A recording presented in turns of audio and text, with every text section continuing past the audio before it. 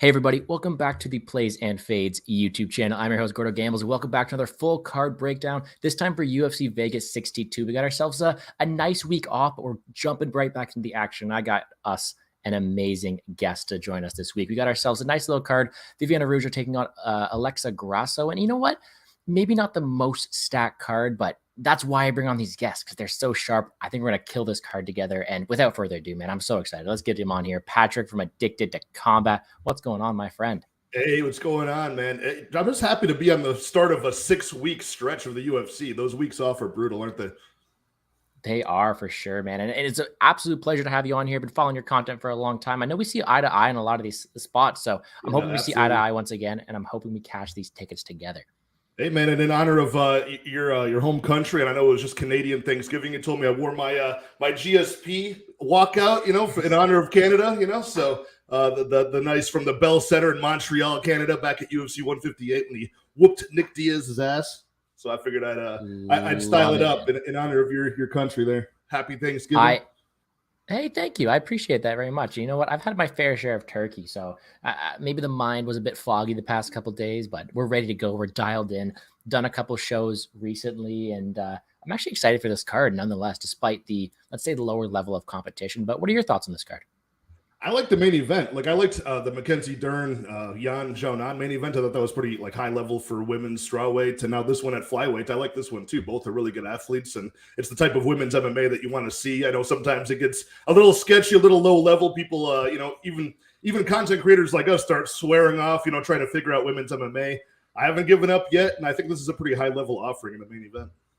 Good. I love it. And as always, we're going to go over the entire card from bottom to top. And we always not only do betting breakdowns, no pressure for you if you don't follow, but I also do throw in a little bit my 2 cents about DFS. So if you want to as well, feel free to do so. You're going to have to explain that to me like I'm 5, because I've never once done it before.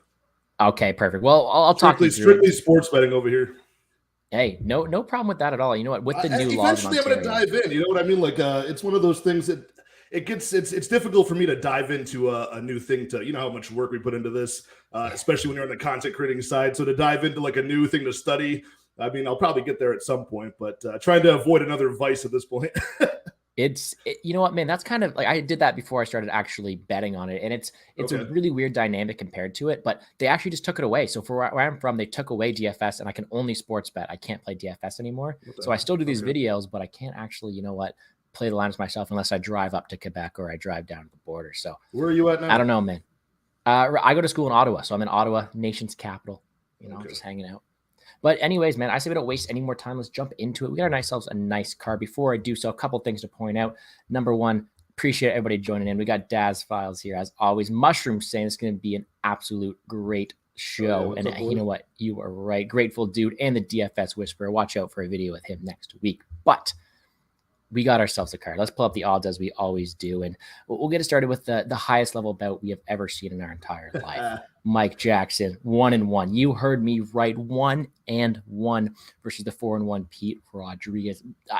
I don't know what better honor to give my guest than letting you kick this one off first. How do you see this one going down? I just remember we all have these moments when we're really into mixed martial arts, when you have friends over, that really don't watch it that much, but you're like, oh, this is going to be a killer card. UFC, I think it was 225 pay-per-view. First match on that pay-per-view was CM Punk and Mike Jackson. And I had to explain to my friends, yeah, this is the sport that I'm obsessed with right here. This is what I spent my time watching. And it was one of the worst bouts ever. But, I like Pete Rodriguez as obviously he's a giant favorite. It's not really a hot take that I like him in this match, but I think at 25 years old and on a full camp this time, I think he's obviously the rightful play here. No value on the money line, but I think he does get this done inside the distance. Could it get sketchy if this gets extended outside of round one, and we maybe we learn something about Pete Rodriguez we don't like. Maybe his gas tank isn't the best, and Mike Jackson just kind of stands there and, I mean, he doesn't have the worst skill in the world, but Mike Jackson is a guy where I feel like he's way too relaxed in there, man. Like he's loose and tries to have that, kind of elusive head movement style, but I just don't think he's talented or athletic enough. Oh. And now he's 37 years old and he's going to get caught with something by Pete Rodriguez for sure. I mean, Rodriguez unfortunately had to take a short notice step up against Jack Della, that he was never expected to win that fight, but props for taking it. Yeah, I know. Props to him. So now they're giving him like the best present in the world. Like, okay, now you can get your time against a guy we just really want to get out of our roster. So yeah, Pete Rodriguez, round 1 knockout is where I'm going with this, but no bet for me. All right, yeah, I don't blame you. And we'll quickly overview DFS. I know a lot of my viewers already know, so I'm not going to waste too much time. But when you're playing DFS, you're looking for finishes. Finishes get points. Excuse me, takedowns and control time and strikes. So anything that is action involved gets you points, right? So every strike. Oh my God, something stuck in my throat. 1 second. Apologies for that. Yeah, every time.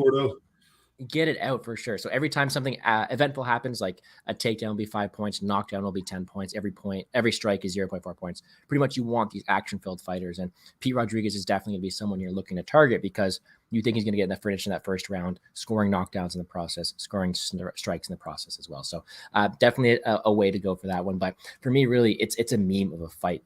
DFS are saying the GOAT himself, Mike Jackson. Well, Mike Jackson's record of 1-1.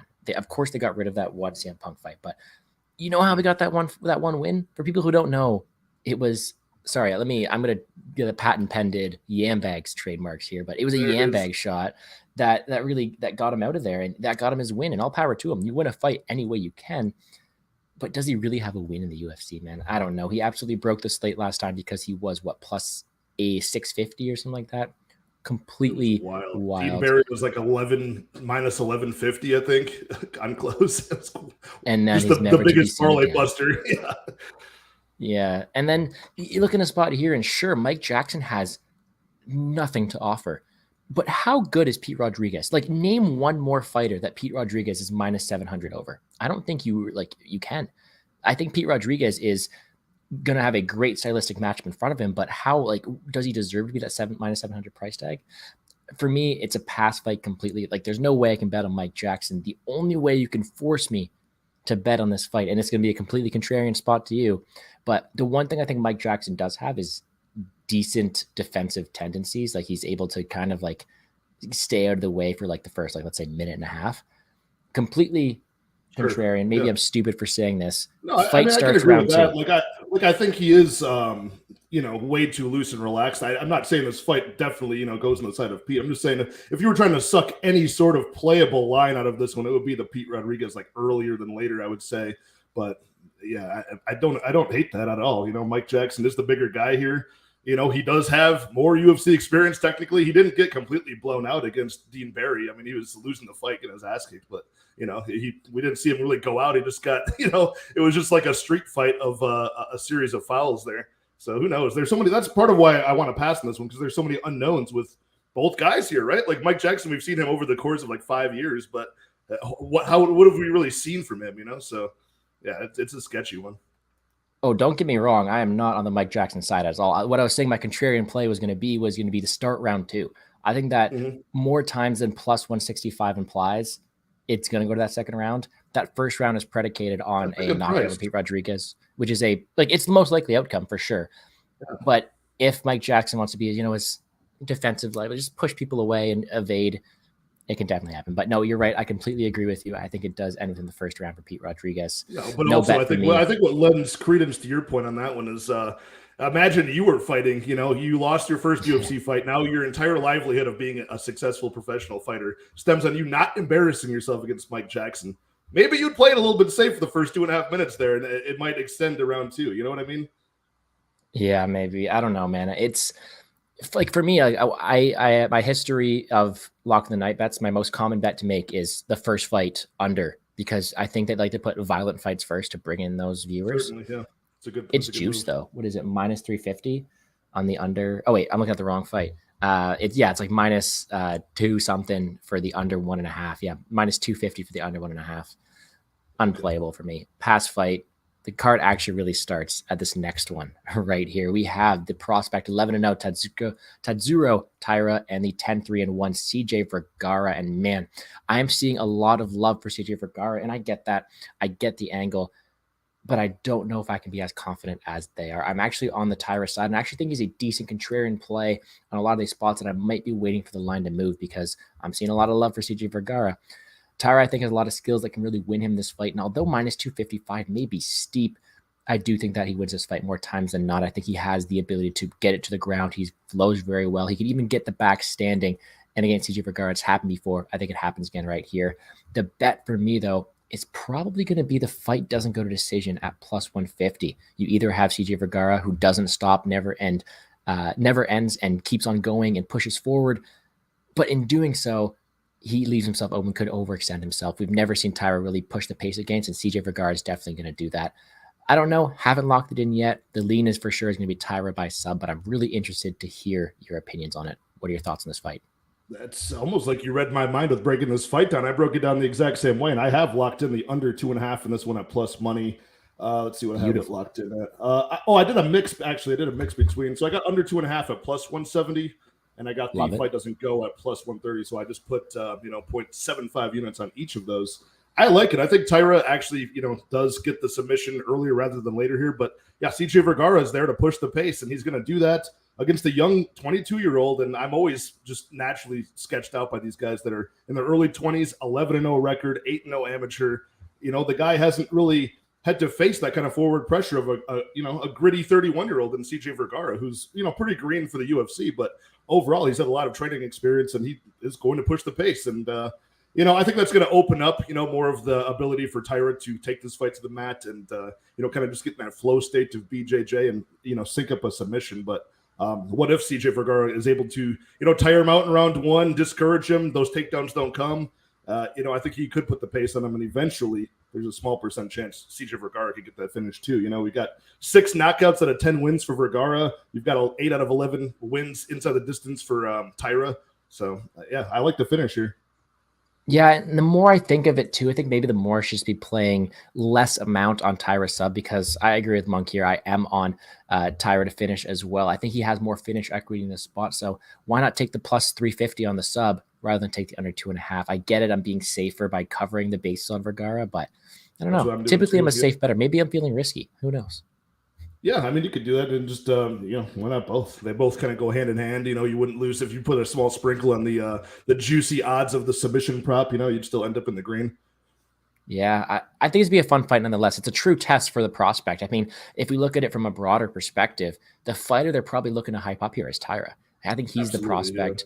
Yeah. He was speaking English after his last win. I mean, he's a guy that can really market from. And 11-0. The sky's the limit for him, and I do think that it starts here with a submission win over CJ Vergara. And Japan needs it. Japan needs it. I mean, they need it, and the flyweight division could use some, some fresh young talent that's going to be there for a long time. You tend to age out faster at flyweight, so why not have this undefeated 22-year-old get some steam? I like it. For sure, and it is not yet his debut. We did have one fight before. I don't think his adrenaline dump there. I think he's a pretty professional guy. I think he's pretty calm, cool, and collective. But you're right. Maybe that's a good way to even get us on the under even more if he does have an adrenaline dump. But I think he's able to keep it going. He looks pretty calm and collected and mature for 22 years old. I mean, you can tell he definitely has fought many times before. Never gets too flustered. Just gets in that flow state of grappling, and he never like panics when it doesn't work either, which I like. Yeah, man, he's young, but I think he's got the tools. And I've seen a couple people say the strength on the CJ Vergara side. I don't know. I think that on the mat, it's going to be Tyra all day. The Kletzen Rodriguez we got against Vergara, where Vergara was able to reverse positions and sweep. I don't necessarily think he's going to be able to do that Tyra at all. I think if it gets on the ground at all, Tyra's world right there. So can he get it there? That's the real question. You mentioned the Kletzen Rodriguez one. I mean, that's a fight where they were definitely trying to get Rodriguez over on Vergara and didn't work. It was a close fight.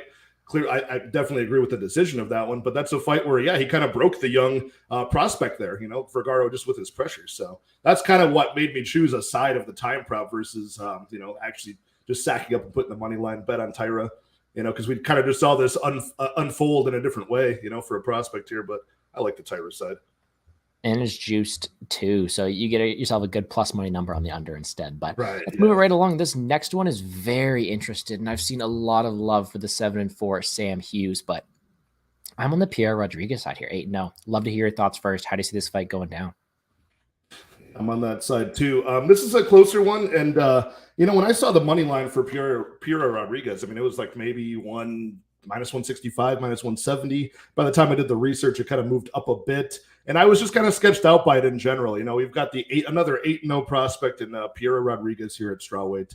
Sam Hughes, I see she's a popular underdog this week, and I don't get it, to be honest. I really don't. You know, she went 0-3 in the UFC, and now she's coming off of a couple of wins that she needed over Estela Nunes, who she was able to use kind of like with the fight we just talked about, CJ Vergara. She used forward pressure and was able to come back in the fight over Estela Nunes. And you can see Nunes's face actually look at her as she's punching Sam Hughes. Like, why are you not going away from me? She seemed discouraged by halfway through that fight.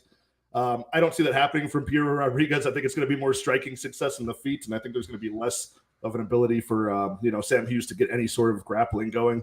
I don't understand any love for Sam Hughes. I really don't. But I guess in the back of my mind, I might, because I haven't sacked up and put a bet on Rodriguez either. But the way I would play this would be Rodriguez's decision. I think she's just gritty enough and tough enough to really push the pace and have all kinds of striking success in this fight and cruise to a decision here. Hey, I don't blame you for not placing the bet because money is coming in on Sam Hughes. And that's what I'm saying is I've held back my bet because, like, we look at it here. She opened minus 220 or minus 230, sorry, and it's consistently coming in. I think it keeps on going.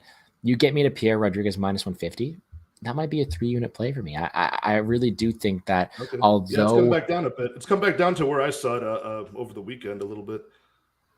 Yeah, but Sam Hughes is a great dog. She's got grit, and we'll give her that. But she's been able to capitalize on opportunistic matchups recently. She's had the ability to take down Elise Reed over and over again. She had the ability to break Estela Nunes. You can't implement that same game plan on someone as talented as Piera Rodriguez. I think if we look at, again, from a broader perspective, I'm loving that term today. The better striker is Rodriguez. The better kickboxer, Rodriguez. The better technical fighter is Rodriguez. Does Rodriguez have takedown defense? I think so. Does she have takedowns of her own right? I think so as well. Sam Hughes, for one, is a decent offensive wrestler, not the best defensive wrestler. So Piera Rodriguez has the advantages everywhere. The main advantage I'm going to give Sam Hughes, which is a big one, I will admit, is the heart, is the grit. With that being said, better technical fighter, better abilities going to Piera Rodriguez. I'm taking her to win, and I'm actually very confident. And I actually really like Piera Rodriguez.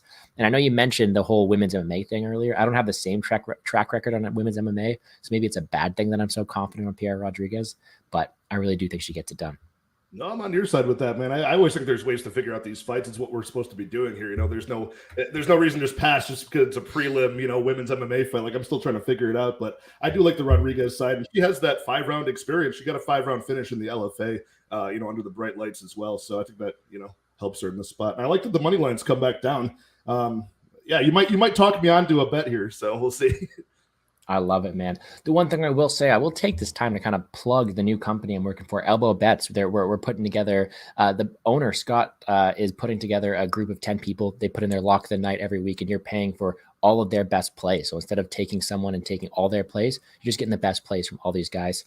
I like to give my stuff out for free, so I'm still giving my free bets on that channel. We'll talk about my bet later, but a good, solid tracked better, and my buddy Scott is on the Sam Hughes side. He did give that out as one of his favorite plays of the night, so it's kind of worrying me a bit on it because I do know he's a pretty sharp guy.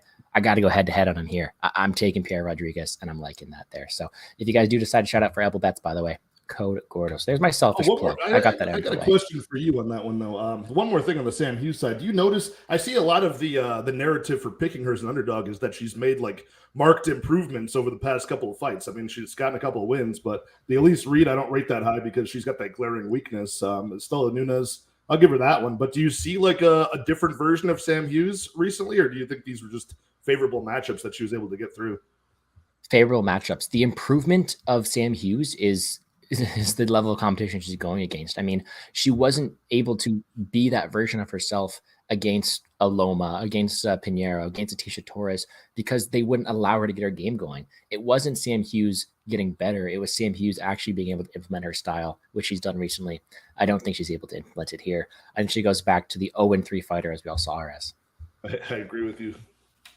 Yeah, it's unfortunate because I like Sam Page. I think she's got good heart, and that's really what you like to see in a fighter. But it's kind of like the fight before this, a Tyra fight for me. Like, Vergara's got heart, but he's not the more talented fighter. I think it's the same thing, but to a more, let's say, a higher extent here, because I think that Sam Hughes has heart, but she is nowhere near the same fighter as Piera Rodriguez. Yeah, I've realized as talking through this card a few times this week and just looking at the research, this is not like it's a decent card as far as entertainment value. It's a decent card as far as betting if you got on the lines early. But there's certain spots here where I'm just not like it kind of the bookies have really nailed this card is what I'm trying to say. I think they have like the line set up in such a way where it's like, man, if there's just a little bit more plus money on the dogs, maybe I'd be on that side. If the favorite wasn't so big of a favorite, maybe I'd be more confident to place a bet. There's a lot of really sneaky spots here where I think the bookies really got the price right. So not a great betting card compared to next week, I would say. Yeah, and I've seen a lot of people on both sides. This is another fight where I see a lot of people on both sides of this scrap. You have, I got it wrong here. Actually, we'll go to that fight after. Actually, this fight is a one where fight I've probably done the least research about because he's the new one. Lucas Alexander 7-2, Joe Anderson Brito 13-3-1. Let me pull up the appropriate odds. I got ahead of myself there, didn't I? Okay, we actually do have. I have not seen this under yet. Under 1.5. Interesting. Okay, I'll have to definitely dive into it more. Have you had the opportunity to dive into this matchup and really see what Lucas Alexander is all about? Yep, I was recording my full card breakdown. Really happy that there was only 11 fights, and they added a 12th one right as I was doing it. So, so I was like, damn it! So I delayed it a little bit, and I went and did all the tape on Lucas Alexander and Brito. And I was I was impressed with Lucas Alexander. To be honest, he's a 27-year-old kid. 7-2 record. Both of those losses were by submission. That's the clear weakness in Lucas Alexander's game. But he's got really slick Muay Thai, and he's a very dangerous, rangy striker. He's got really good knees, really good kicks. He's pretty comfortable out there. Doesn't have the best ability to, I think there's some defensive holes in this game that Brito is going to exploit in this fight that he was able to get away with the level of competition Alexander was fighting at. I can see there's certain times where he throws, kicks kind of naked, doesn't keep his hands up to his chin. It gets away with things, but it's definitely that takedown defense is a glaring weakness. So I'm taking Brito here for sure. I think the under 1.5 is playable at that line he just pulled up. What's that, minus 135? I think that's live, honestly. Opened up at it's not liking me here. It opened up at I don't know. What would you have lined it? What do we wait for this to load here? Maybe minus 165, honestly, for the under 1.5 here, because you've got Lucas Alexander's taking this fight on like under a week and a half notice. You know what I mean? So Brito's been ready. Brito is ready for a very similar opponent, I would say, just a better version of Lucas Alexander. Like Melisik Bagdasaryan's a very, a dangerous guy early, a fast starter, and I think it's just a easier matchup than a guy who's not prepared. I would have loved to have seen that Melisik fight. I think that would have been a great matchup. I know. Would have been awesome. This one, too, I haven't really done my research properly. I really have to go back and dive in, and it kind of bothers me. But from the little tape I have seen, it does look like if I want to play any spot on this one, it's going to need to be a juicy sub prop on Brito, because I don't think that as much as I think that Brito wins this fight, I don't know if I can get to that price tag. What is he now? Minus 340, minus 360. I don't know if I can necessarily get there. I do think he wins this fight at a pretty high clip, but I'm going to maybe do my research and get back to you on it. So quick breakdown for me on that one. Don't worry. I don't agree that we should have Brito at minus 380 or something, but I thought it was going to be higher, to be honest, just because of the experience factor, the short notice factor. I thought that it was going to be a lot. I thought it was going to be like minus 400, minus 450 at least. I'm not saying I agree with it. Not saying I would bet that on Brito. I'm just saying I expected it to be higher. You know how they get ridiculous with those short notice lines sometimes. For sure. And if Mushroom's saying he's going to finish Alexander as fast as he finishes a burrito, then, maybe that first round sub. Take notice. Yeah, no, I like the submission because of, like I said, the only 2 losses for Alexander are submission losses to not the greatest competition. And he's been almost submitted in a couple of their spots that I saw that he ended up pulling off the victory. Well, this next fight is one that's really divided a lot of the MMA Twitter community. Yeah, sure you have the 8-1 Nick Maximoff, 6-2 Jacob Malkoun. And I'll make a confession right now. I'm a Jacob Malkoun hater. I not that I dislike him as a person, but I have bet against him over and over and over again to my own demise. Like I've lost a couple bets. I got lucky with Allen bet last time. I think that he has also had. Yeah, what were we thinking with that one? Anyways, I think Malkoun has had the opportunity to take advantage of some great stylistic matchups. I don't necessarily think he's the best wrestler in the world. I just think he's a smart wrestler because he's able to eliminate the striking of a lot of other people. I think he's going to have a really tough time with Nick Maximoff, but let me not take the stage here. The stage is all yours. How do you see this fight going down? I'm not exactly a Malkoun hater, but I am very, very confident in Nick Maximoff here. I got a money line bet on him. I like it a lot. I waited for that line to come back down to I got it at minus 136, and I like Maximoff here. I think it's you know, you got the bigger guy in Maximov, and you got a guy who's been, you know, like Maximov looks very lackluster in his wrestling compared to Malkoun, because we're seeing Malkoun against a bunch of non-wrestlers, fast starter, explosive guys like Phil Hawes, AJ Dobson, Razak Al Hassan. These are all very like similar guys that are all just fast starters. If you can find a way to slow them down, grind them, slow them down, he looks very good. None of those guys are like, you know, wrestlers. I mean, the closest thing you got is, I mean, Phil Hawes sparked him in 18 seconds, but what, Razak Al Hassan is a judo guy. Much of a fight. You don't see it. Maximov has been looking lackluster, but he's fighting all wrestlers. All the guys are like Cody Brundage, a college wrestler, Soriano, college wrestler. Petrosky, you know, was a lifetime wrestler as well. So he's looking, you know, competitive and high-level transitions as well, especially that Soriano fight. You could really get to see both guys kind of stalemating each other. I think Maximov actually just gets the better of most of the exchanges here grappling, especially the later this goes, because unlike the guys I mentioned Malkoun fought, who are explosive, fast-starting guys, Maximov will not go away. I mean, obviously, we saw him slip up against Petrosky, but I'm very confident in Maximov, especially the size as well in this fight. I think that's a big factor. Dude, that is music to my ears. I've been waiting to play Nick Maximoff all week, but this line keeps coming in, getting better and better. I almost bet him at minus 140. Now he's minus 130, and man, if I can get anywhere near plus money, I will be just ready to pull the trigger. I think that Jacob Malkoun, although I have bet against him, is a very smart fighter, and he's able to really play against his opponent's weaknesses. The problem in this one is his strengths are playing into Nick Maximov's strength. And we've seen Malkoun kind of look kind of tired. We've seen Malkoun really struggle on the feet. Although I don't really think it's going to stay on the feet, I think that Maximov is just the stronger guy, the better wrestler of the two, the better cardio. Maximov does not stop. He's also fought the better level of competition, in my opinion. I think that it's a very close fight, and I'm not saying Nick Maximov will be minus 200. I'm just saying that I think he wins this fight at a pretty high clip. I think he does whatever Malkoun does, just better. I think he gets this fight done, and I think he wins it here. And I will be betting it. That's for sure. And I know people are talking about they're each other's neighbors. I know he is your neighbor, but he's also DFS with Spurs neighbor's gardener. So, you know what? Fun fight. I usually, when you have these two wrestlers, it ends up being a striking affair. No, these guys are chain grapplers to the fullest extent. We haven't really seen Malkoun off his back, so this is one where I think that Maximov puts him there and grinds him out. Split decision bet from Mushroom. What are your thoughts on that?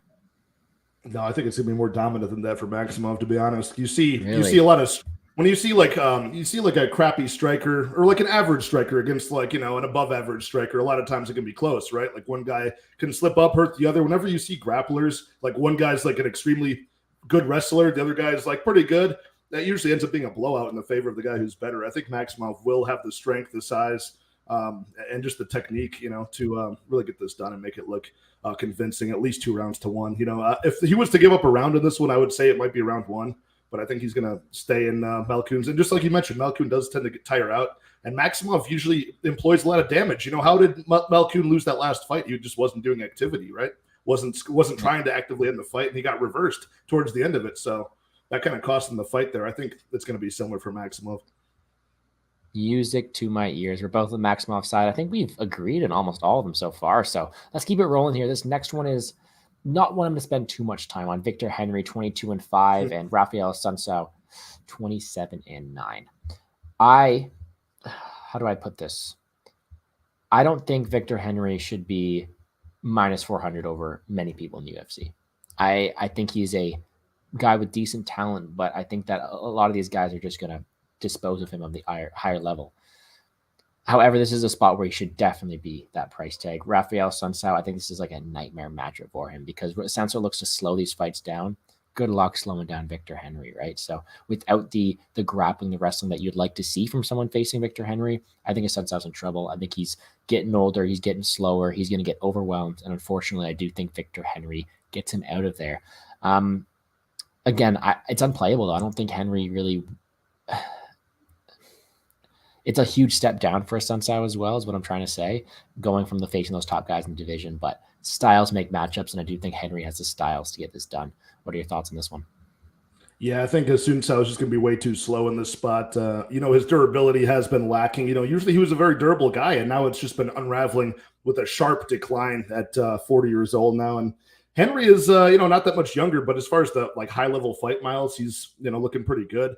And he's going to have to make a statement now at 35 in this division for sure. So I like Henry. I mean, just the amount of output he puts out is just insane. His striking output's crazy. And Assunção is a guy who's, even at his best, was never really high output. You know what I mean? He would, like you said, he would slow things down, make people fight sort of at his pace, and he would pick his shots. That's not going to happen against Henry, who should just really use, a series of just, boxing combinations and leg kicks to finish it off. And I think he's really going to, do work in Assunção here and make him look like a slow old man at this weight class. So I like the price tag. Yeah, like it makes sense to me, honestly. When I saw it was minus 330, I did a fun parlay with that and a couple unders later on the card. But yeah, I don't even know. I even think the round 3 TKO is live here. I think the accumulation of damage is going to be too much for Assunção. Henry's not usually like a one-hitter quitter type of striker, but I think the accumulation of just touching him up for 10 to 15 minutes here, I think it could end later in the fight. Wow. Yeah, I completely agree. And I'm not sure in the comments he said third in decision too for Henry. I like that. That's for sure, man. I apologize looking to the side. I live with a couple of roommates and they're watching the Leafs home opener, the NHL game. And I know that their stream's kind of delayed down there. And I get updates a bit faster. So I know they're about to go crazy when they see what's going on in that game. So Leafs just tied it up. I don't know how much of a hockey guy you are, but you got to. This is the only sport I watch or have ever watched. I'm very boring. I've only watched MMA ever in my life. So hey, no problem with that. It's the best sport anyways. All right. By the way, I liked your origin story to MMA. I watched your segment on WizBet's personality picks. That was cool how you got into it. Yeah, I appreciate that, man. Wiz does a great show, by the way. He's doing a show with Wheezy tomorrow, correct? Yeah, that's gonna be awesome. Yeah. All the guests he's chosen, except for me, were actually really entertaining. No, yours was entertaining too. I checked that out as well. So no, he does a great job. But I appreciate you checking that out, man. If you guys want to see where I came from, where I got that started, not only did he do one, but also DFS Whisperer. I did a show with him as well, breaking my origin story down. But it's been fun. All right, not too much time on that last one, but this one we'll definitely talk about for sure. 9-3 Mana Martinez, 14-9 Brandon Davis coming back for a second stint in the UFC. Did not look good in his first fight. Well, I'll give that right there. But Mana Martinez, he's a younger prospect here. He's got the ability to really, really possess power. And man, was I sweating my Ronnie Lawrence bet in their last matchup. But either way, this is a really, really fun scrap, and the floor is yours for this first one. Yeah, I mean, sweating is right in that Ronnie Lawrence fight. My God, I mean, it went from 3 knockdowns for Ronnie Lawrence in rounds 1 and 2 to 2 knockdowns against him in round 3. That was a crazy fight and one of the best ones I've seen in a while at bantamweight. So I like Mana Martinez. I don't think he's truly like a top tier guy, but I think it's going to be enough against Brandon Davis, who in his last fight against Dana Bakary, I mean, he looked so bad, so slow. His reflexes just did not look like they were going to, serve him well in that fight. And what happened? It ended early, just like Dana Bakary tends to do. But I mean, if you watch that fight, I mean, every single looping hook that was headed the way of Brandon Davis's face, he just kind of watched it, come his way. Didn't even cover up, got knocked out. So, and now he's coming off of 2 surgeries as well. So I don't like his chances in this fight. He got cut from the UFC once, come back, had 1 loss in devastating fashion. Mana Martinez has power in both hands. And we saw in the Ronnie Lawrence fight that it can translate late as well. So round 3 he's getting knockdowns. He's knocked out 8 opponents out of like 9 wins. So I like him to get the finish here. I just have a money line bet on Martinez. I'm not getting crazy with the time props here, but Mana Martinez I got at minus 152. I like that one quite a bit. But yeah, the inside the distance props you might be able to look at depending. I don't think they transform the line that much, do they? Is it like plus 200? Yeah, let's pull it up here. Plus 200 for KO is what. Yeah, plus 255 is best available for Mana. By inside the distance is plus 240. Might as well just play that in case something funky happens.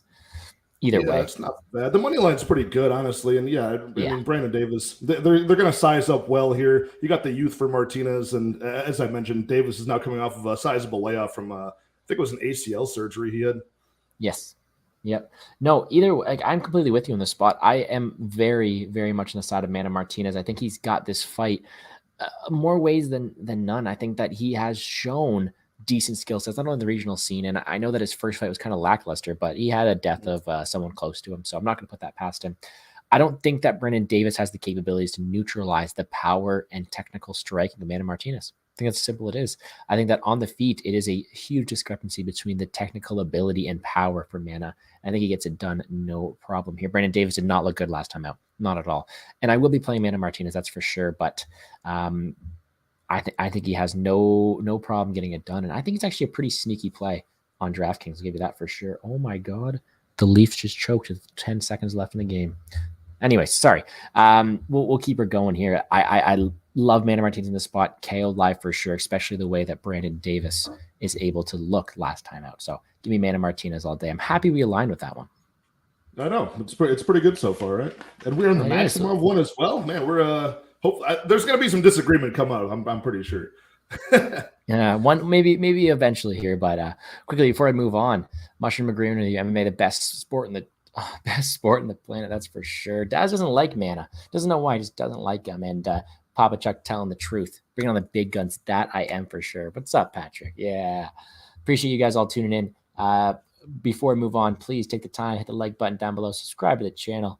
I've been fortunate enough to be joined by some amazing guests such as Patrick, so hopefully I can keep on doing that for you guys. All right, this is where the fun really starts happening. We're on the main card now. I have mentioned elbow bets before, and this is the time where we get to talk about the one bet I did put out on that channel or website. Sorry, we're taking the under in this spot. We're taking violence under 1.5 rounds. The bet, actually, theoretically, the bet is fight doesn't start round 3, but I tweeted out that. Let's get into this one. I'm going to steal the floor right here first before I'll let you talk. Don't worry. But Serkinov, Serkinov, it is a fun one for sure. And Serkinov's the closest thing we have to a Canadian on this card because he does train out of Niagara Falls. But he's brought back to his old flag. He's not really representing us anymore. But that's okay. I still think that it's a really fun matchup. Menafield is just absolute muscle maniac, beast of a man, but he's fought this questionable level of competition. I mean, look at his last 3 wins, right? He's got a lot. Askar Mozarov, which is that really his name? Who knows? You got Ed Herman and Fabio Chiron, really questionable last 3. And that's the complete opposite for Misha Serkinov, who's fought the who's who, right? He's fought Texera, he's fought Johnny Walker, Ryan Spann, the list goes on. He's fought a lot of these better fighters. So it's going to be a really good matchup. You could really put it down as a striker versus grappler. I'm not going to put it down to that extent, but I do think that each fighter has a huge discrepancy in one of these areas. I think that on the feet, Menafield has the power to put Serkinov's lights out, such as many people have done before. And on the ground, if Alonzo Menafield is able to give up the position that he did to William Knight to Serkinov, the fight's over. Serkinov has a very, very good ground game. I think he's got good positional awareness down there as well. I think he will put out Menafield if he gets on top of him. I think he's got that good of jiu-jitsu. So either way, I see a finish happening. Under 1.5 to play, I'm going to go. Fight doesn't start round 3 is good as well. Are you with me on this one? Or do you think that these 2 muscle maniacs swang and bang till it's over? Or do you think they're a bit hesitant and go later? Who do you think comes out the victor in this one more often than not? I think that will be cheering for Serkinov, and I think that he has the advantages to get this done. However, I cannot trust his chin and his striking tendencies. So the pick for me is going to be Menafield by KO. Yeah, I'm slightly leaning. I think this fight is more 50-50 than not. And that plus, whatever it is, 180 odds, I have to pick Serkinov just because it's a 50-50. I think Serkinov is the more dangerous guy, honestly. Obviously he could get chinned early, but yeah, I played the under 1.5 pretty sizably at -110. I parlayed up the fight doesn't go to decision, which I got at -275. I parlayed that with the Victor Henry money line. So I like fight not to go. I mean, for sure. I mean, Serkinov's got he's got 16, fights that have finished inside of 1 round. He was on a streak in the UFC for a while with fights not going past 1 round. Menafield is, I think 11 of 15 of Menafield's fights are under 1.5 as well. So everything is just mathematically showing under 1.5 here. Violence. Obviously, even though I'm slightly leaning towards Serkinov here, because like you said, he's so dangerous. I think he's more dangerous in his realm of the fight than Alonzo is even in his realm of the fight, even considering the chin issues of Serkinov he's had, the switching weight classes I don't like. Obviously, I can't get to the +180 because I think Menafield could just chin him in 1 minute. But, if this gets extended past that 1.5 rounds, this could be very interesting. You could get Serkinov, who's a big guy. I think people are forgetting how big this guy is at 6'3" with a huge reach. He might size up well against Benefield, and we know that Benefield can get tired after that 1.5 round mark, right? He gasses out. His activity is really low. He made the Ed Herman fight kind of like a sweat towards the end. You're like, could Herman come back here? You know what I mean? Like, I was big on Benefield that night. He's made me sweat way too many times to trust him. Has Alonzo Benefield. So yeah, the under 1.5, the fight doesn't go. Those are the locks of the night, honestly. Hey, that's what these glasses are for, man. That's what these are for. To add on to your stats, out of their 21 UFC bouts, 17 of them have ended inside the distance, 15 of them ending under 1.5 rounds. Good Lord. That's pretty disgusting. Good success rate. That is pretty good, man. I do myself like some violence in this spot. If I'm going to be completely honest with you, this was going to be my lock of the night play. This was going to be. There you can get the under 2.5 because I like to play a little bit safe. So you get the under 2.5 at -190 on a couple books. Don't have it on best fight odds, so I can't make it my lock of the night yet. So. What did you just give up? What odds was that for under 2.5? Yeah, -190 for the under 2.5. Yeah, I saw that even on FanDuel just like minutes ago. I think I saw that at like -220 or something ridiculous. Like that should be a lot more. Yeah, so yeah, that's I know there's a lot of books where that's even much higher too for the alternate, but yeah, I don't know. Yeah, that's kind of crazy. This fight should finish. I think if it does go over 1.5, though, then we're starting to like, all right, how much gas in the tank do these guys have? Menifield's arms are going to be too tired to really throw with any power to knock out Serkinov. Serkinov might be too gassed to really like take down Menifield. They could just be hugging on the cage, switching positions in the clinch, and it could get real ugly from there. And everybody's ripping up their tickets, but I don't know. It gets greasy if this does not end under 1.5 for sure. But Yep. Yeah, give me Serkinov as a dog player. I don't blame you. And Mushroom saying sketchy cards make for sketchy pockets, but scared money don't make money. So I'll counter you with that. You got to be confident sometimes. Okay. Yeah, it's gonna be fun though. Just to see how that one plays out is gonna be crazy because you could get one of two worlds, right? Where Menifield knocks down Serkinov and then lets him stand up like Ryan Spann did, or Menifield knocks him down, dives into his guard, and gets snatched up with something, right? What was going on there, man? But as much as that fight is fun, I kind of got to fast forward to this next one because this next fight is the talk of the town, and rightfully so. Man, you cannot show me enough. I can't show the right emotion I have for this fight. It is such a weird one, man, and I've been really looking forward to breaking it down all week. You have the 12-3 Beverly Hills Ninja Jordan Wright versus the 11-3 Dusko Todorovic, and I'll give you the honors of breaking down this world-class UFC fight first. How's this fight going down? I mean, just when we thought we had the most violent fight of the card in Menifield and Serkinov, this one I cannot see. Like, I played out some scenarios in the last fight where I could see it extending late and maybe going to the scorecards. This one I can't see going to the scorecards at all because you've never seen Jordan Wright even in that position. He's never been to a decision. He's never been to a round 3.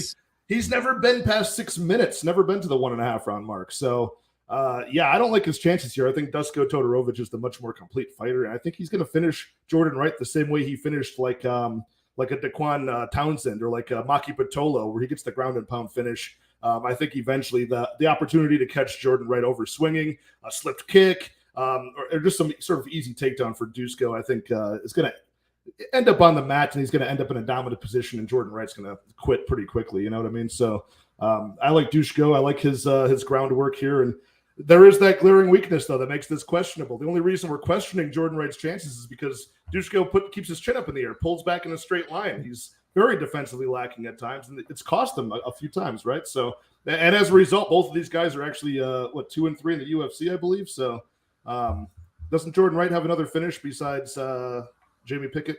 Oh yeah, he had the Ike Villanueva. Right? Yep. Yeah, which was, I think that was a wacky one, right? Didn't he cut him with a spinning wheel kick, I want to say, and it ended. Yep, and a lot of knees in the clinch. Yeah, so they're both 2-3 in the UFC. I mean, Dusko, even though he's the more complete guy, I say a lot of nice, confident things about him. He's not had a good run of it, but at least he's losing to respectable guys like Chidi Njokuani or Soriano. So yeah, I like his chances here a lot. But have I put a money line bet on Dusko? I have not, because I equate his money line with basically ending this fight inside the distance. So -150, it can chop down that -205, -220 money line of Dusko. Yeah, so -150. I took a bet on that. So that's my play for this one. If there were some smart people that got in the under 1.5, I saw some smart people on the Twitter dropping like -140s for the under 1.5, -160s. Now it's just kind of, it's playable still now, but it kind of makes me. It's like where I think it should be lying for an under 1.5, right? Like it's -200 something or more. So what is it at now? It's -225 now. Yeah, so that's kind of about right. Like it's playable. Like, do you think that's playable? I haven't had the balls to pull the trigger on that one. It could be, but I'm kind of just flustered. You just called me smart because I am one of those guys with -140 on this. Yeah, see, I knew there were smart people on it. So there you go. That's an amazing bet, and way to snipe that one. Yeah, so I tweeted this out yesterday. I actually made a full breakdown for this one, so I'm ready to go. I actually am way too excited for this fight because you know what? Now it means you can only disappoint, and you know what? That's probably what a Jordan Wright fight exemplifies, right? Pride of Alaska FC. The guy has never been never been past 6-minute mark. 16 fights, 14 of them ending in the very, very first round. Man, he is the ultimate can crusher, and you know what? He's got a decent offensive skill set. He's got it, but the defensive liabilities are just astronomical. No defense at all. Glass chin, got submitted by Marc-Andre Barrios. The ground game's definitely not there. So whatever he has offensively is just completely whacked away by his defensive liabilities. But it's not like Dusko is that much better, right? He's also a bit of a can crusher, 3-3.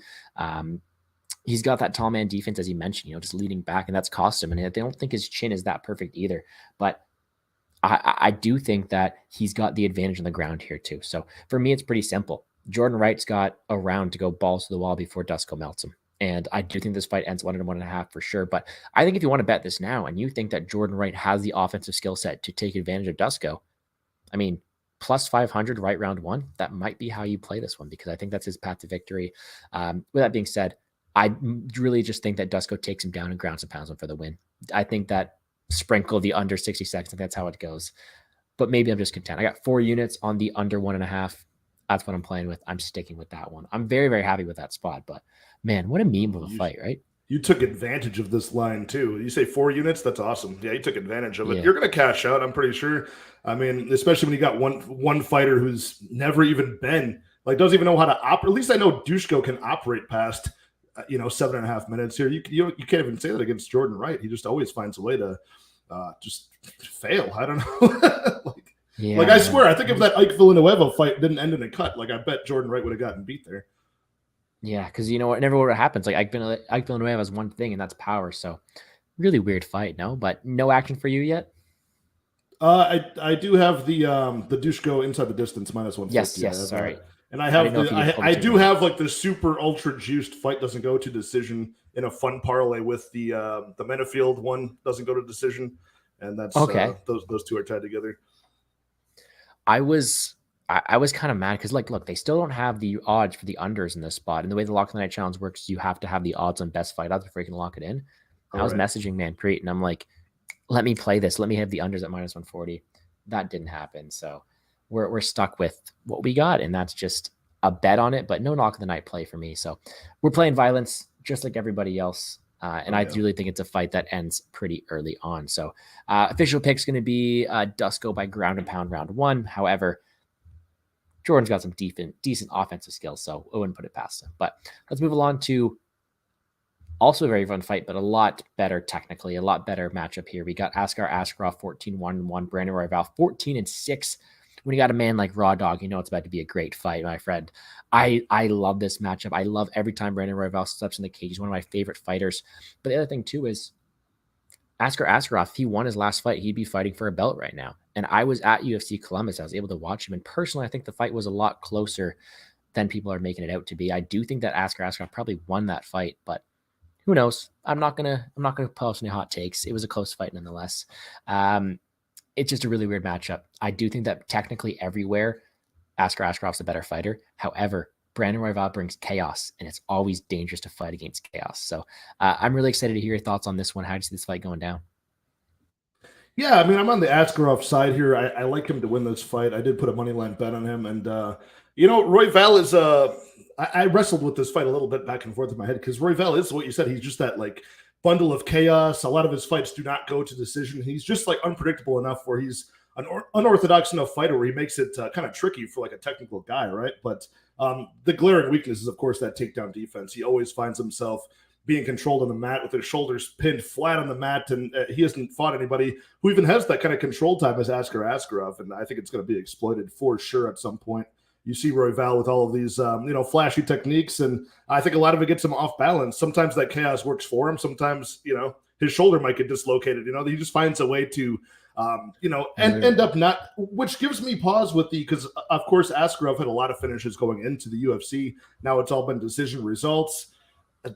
You kind of want to play that decision prop on Askarov just to increase your return on investment for that. But Royval just gives me cause for concern on that because he finds a way for it to end inside the distance a lot. So I think Askarov is live for a submission here. I think he's just so superior on the mat, and it's going to get to the mat at some point, right? I mean, unless he plays the Kai Kara-France game, does Royval? It's just they're so different, right? Like Kai Kara-France was able to find a way to come back in rounds 2 and 3. Stuff all the takedowns, use very, very good balance, almost like BJ Penn takedown defense, Jose Aldo takedown defense, and bounce around on one leg on his tippy toes. I don't see Royval, really being that guy. So, yeah, it's going to be a clear Askarov play here for me. Like I said, I can't decide if I want him inside the distance or by decision, but I did take a small stab on that money line. Okay. See, this is one where you are just going to disagree. I do think that Askar Askarov wins the fight.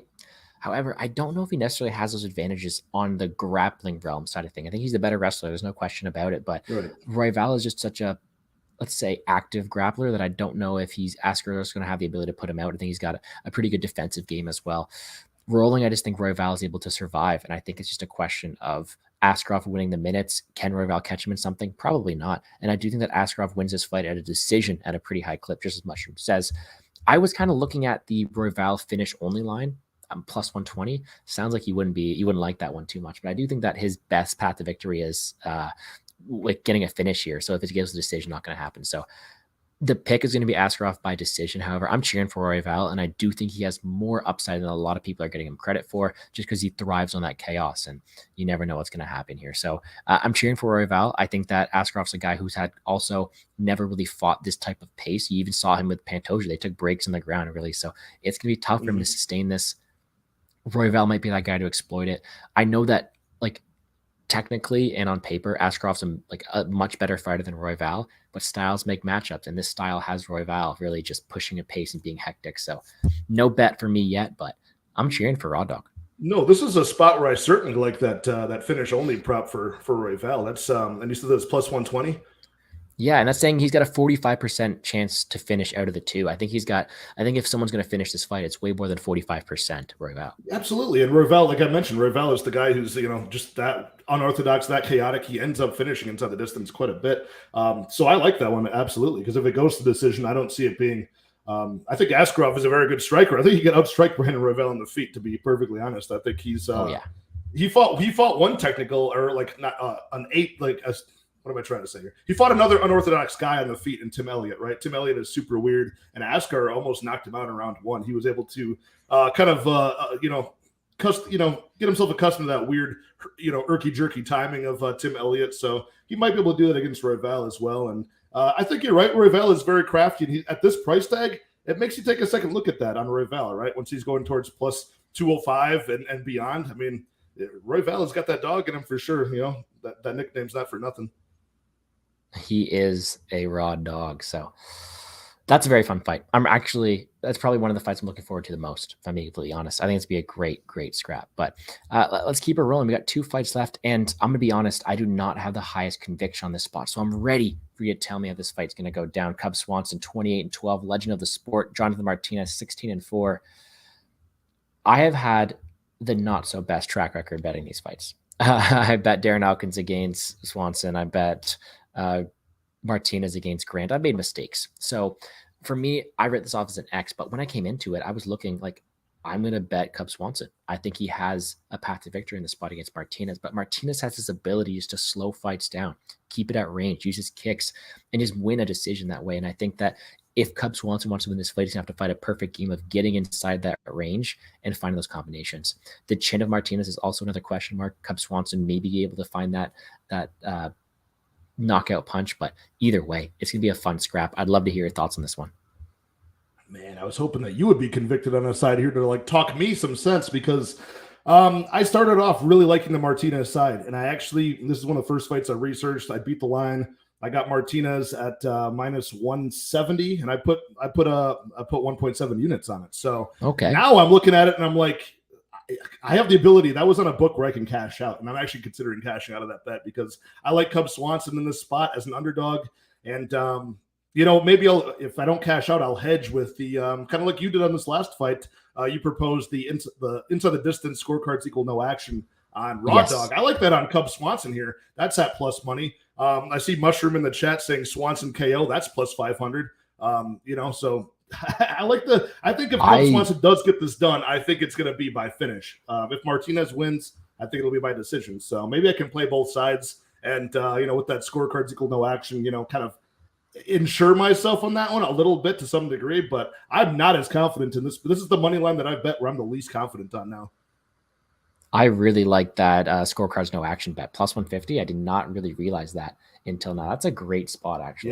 Yeah. That's what I saw it at. I've seen plus 135 and plus 150 on some books there. And you got the X factor here, right? You've got Cub Swanson, who's like a month or so away from being 39, I believe, and he's making the first cut to 135, cutting down an extra 10 pounds here. So you might want to watch the scales before you bet this fight. But what that's about him not do, talking right? today? Yeah, that was weird too, right? So I don't know. Is that a good thing or a bad thing? I have no idea. Probably not the best look in the world. I have no idea. I just know that it's going to be a fun fight. I'm cheering for Cub, that's for sure. No questions about it. But that brings us to our main event. Yeah, something I forgot though on the Martinez side is, you mentioned his kind of questionable chin, and I was really big on Martinez against who was that, Perez? Yep. And that one really made me sweat, and I had Martinez parlayed up, and I was like, oof, I hope he makes it out of this one, and he made it close, so that might make me want to. For sure. Should I just cash out of that bet? Whenever I have to think about, whenever I'm betting, these things usually come to me. I do my research, do my tape, I look at the odds. The bet comes to me. If I have to think about it too long, I just pass. So I made the mistake of thinking about it too much, and now I made a bet anyway, so I might cash out of it, to be honest with you. It's gonna be a fun fight, but we got one fight left, and it's the main event. Alexa Grasso, 14-3, Viviane Araujo, 11-3. This is a pretty simple fight for me. And I went on another show before this. Great, guys. You go check that out. I'll link it in the bio below after. But they had money shades up for this one. I have the money shades. That's my thing, right? But they brought it out. They said that Alexa Grasso is going to be the person to go to here. I tend to agree. I think that Grasso gets this done pretty handedly. But for me, you got a fighter who, if this was a 3-rounder, would be completely different. But with those 5 rounds, you have the ability for Grasso to work that volume, work that pressure, work that output, and really break someone in Araujo who has had cardio issues in the past over 5 rounds. I think this is Grasso's fight to lose. I think she has all the skills to pay the bills here. What are your thoughts on this one? Shout out to Mushroom. That's going to be my new phrase, my new life motto in betting. Think long, think wrong. I couldn't have worded it better myself. Whenever I'm wrestling between two sides for too long, I'm like, I don't have to bet on this fight. I got 11 others to bet on. Let's just find a better spot. But I'm on the Alexa Grasso side here. I think she gets it done. I do have a money line bet on her at the minus 196 price tag, so I got a couple units on that. I like her in this spot. I think it gets better as it goes. I like the live betting spot after round 1. If you get a better line than like minus 170, minus 160, if you get that in between rounds 1 and rounds 2, I would imagine it would just be the Araujo takedown success early, and then she starts to fade as the fights go. So I like Grasso striking here. I think she gets on the inside, boxes up Araujo, just lands better, more often, more clean, and that's kind of something that Araujo has struggled with, right? She struggles with women that can really get on the inside and make it a close-range boxing fight, not just a long-range kickboxing fight. Both girls are athletic, though. It'll be a fun time. It will definitely be a really fun fight. And I've seen a lot of people say live entry on Grasso as well. Don't mind that. Right. I am really confident. You don't want to see her get like dominated on the mat, and then it's always difficult to pull the trigger. But I think it'll get better as a 5-round fight versus a 3-round fight for sure for Grasso. No, I'm all over Grasso here. I think she does very, very well. But you know what? That does the core portion of this video. What we like to do in the Plays and Fades channel is have some fun with it. I'm gonna be picking your brain here in a second. So if you guys have any questions, please leave it now. This is also the perfect time to like the video down below, subscribe to the channel. But we got a couple things left. First of all, we're gonna go over our quick picks. So just our quick, who do you think is gonna win and how? And then we're gonna give Mushroom some Hail Mary parlays if you got any locked and loaded. So I think it's a pretty fun card. We see eye to eye on a bunch of them. So let's just round it out here. Do you have your quick picks available? Just straight winners? Yeah, just straight winners. Yeah, I got just pick winners. I could do them off the dome.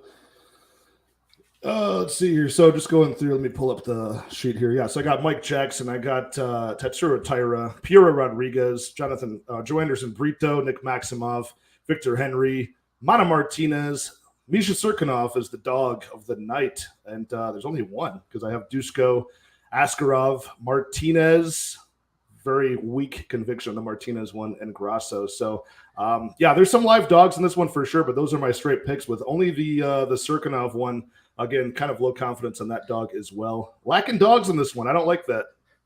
So you are on the Pete Rodriguez side, correct? Yes, yeah. Okay, you said Mike Jackson and you scared me.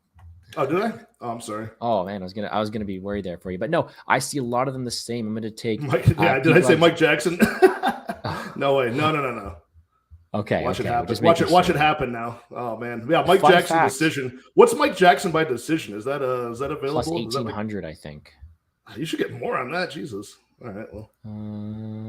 Either way, Pete Rodriguez round one knockout is the play. I like you. I don't mind your start round two at plus money though for sure. It'll be a nail biter if I decide to pull the trigger on it. But no, fun fact: Mike Rodriguez, his real name is actually William, and Mike is his real name. Lou Betcha made me look it up today, and I found it. So there's your fun fact of the day. Shout out to Lou Betcha, by the way. All right, my quick picks. We're gonna take Pete Rodriguez, Tatsuro Taira, Piera Rodriguez, Joe Anderson Brito, Nick Maximoff, Victor Henry, Mana Martinez, Alonzo Menefield, Dusko Todorovic, Askar Askarov, Cub Swanson as my lone dog of the night, and Alexa Grasso. Damn, we are really chalky today, aren't we? Yeah, I don't like it because I can usually find, this is a 12-fight card. I'd be looking for at least 2 underdogs, if not 3 to come through, just, off the averages. But what are some potential ones you think? Because I think Cub is definitely live. I think, who else do I think? I think the Serkinov, of course, is live. Sam Hughes, whatever. I'm not on that side, but obviously that's like a women's strawweight. Could go either way. That's about it, really. I mean, Jordan Wright in round one is always live, but I really don't see that happening. Yeah, I got. I think Malkoun is live, but I'm on the Maximov side. Sure. I think Serkinov is live. Brandon Royval is also live. Yeah, because there's so many. This is like a card where there's a lot of themes to it, right? Where it's like a lot of violence-based themes. Then if that violence doesn't happen, we're all like scratching our heads like, okay, how's this really going to play out? Nobody really knows. Yeah, man. Okay. So now Mushroom's favorite part is the DGen parlays. And I'm just going to go right from best fight odds here. I'll start off with the first one just because, you know what? He's a greedy one for those parlays, and I love him for it. All right. So for me, first leg, Taira by submission. Then we're going to throw in Martinez by KO. And then we're going to throw in Cub by KO. There it is. That's it. Plus 9,400. That's a big boy one right there. Do you got anything that pops up to mind? That's pretty good. Let's I would do that Victor Henry round of 3 knockout. That's sitting around like plus 1,100, plus 1,200, I would imagine. Something like that. I don't have the odds up. Repeat that again, sorry. Victor Henry over Asunsao round 3 TKO. Well, that's a big one already. Yeah, that's got to be plus. That's got to be over plus 1,000, I would say, even with the aged chin of Asunsao. Plus 1,000 on the dot, or plus 1,300. All right, either one of those. Probably that with Brito inside the distance, and that should be something juicy. Don't have the line yet. I assume it's around like minus 120, so I'm just going to put the under there. Yeah. Do that. And then you and got then, and then there's some unders. So then just do the under 1.5 and the Serkinov Menefield. Throw that in there. That'll be a nice one because that's almost even money. That's 4,200. Like yeah, there we go. Those are some big ones. If you want let's say a safer one for me, I would do like the safest one for me is Grasso under in the right fight and under in the Menefield fight.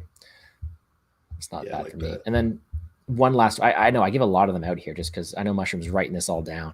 The one I actually have played, the one I do have played is a 3-legger, and it's not that juicy, I don't think, but it is the Victor Henry money line. It's the Serkinov Menefield fight does not go to decision, which I got at -275, and it's the Jordan Wright Todorovic fight does not go to decision, which was like -475 or something like that too. So it was I do like that.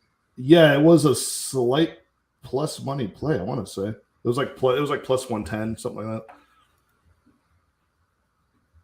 For sure. Okay. I love that stuff, man. I appreciate you taking the time to do all that. If you guys want to know anything more about what I'm playing, parlay wise, or anything like that, feel free to DM me on Twitter. I know I'll be talking to Mushroom about it. That's for sure. Before I let you out of here, just going to shout out the chat one last time. Dad's File, thank you always.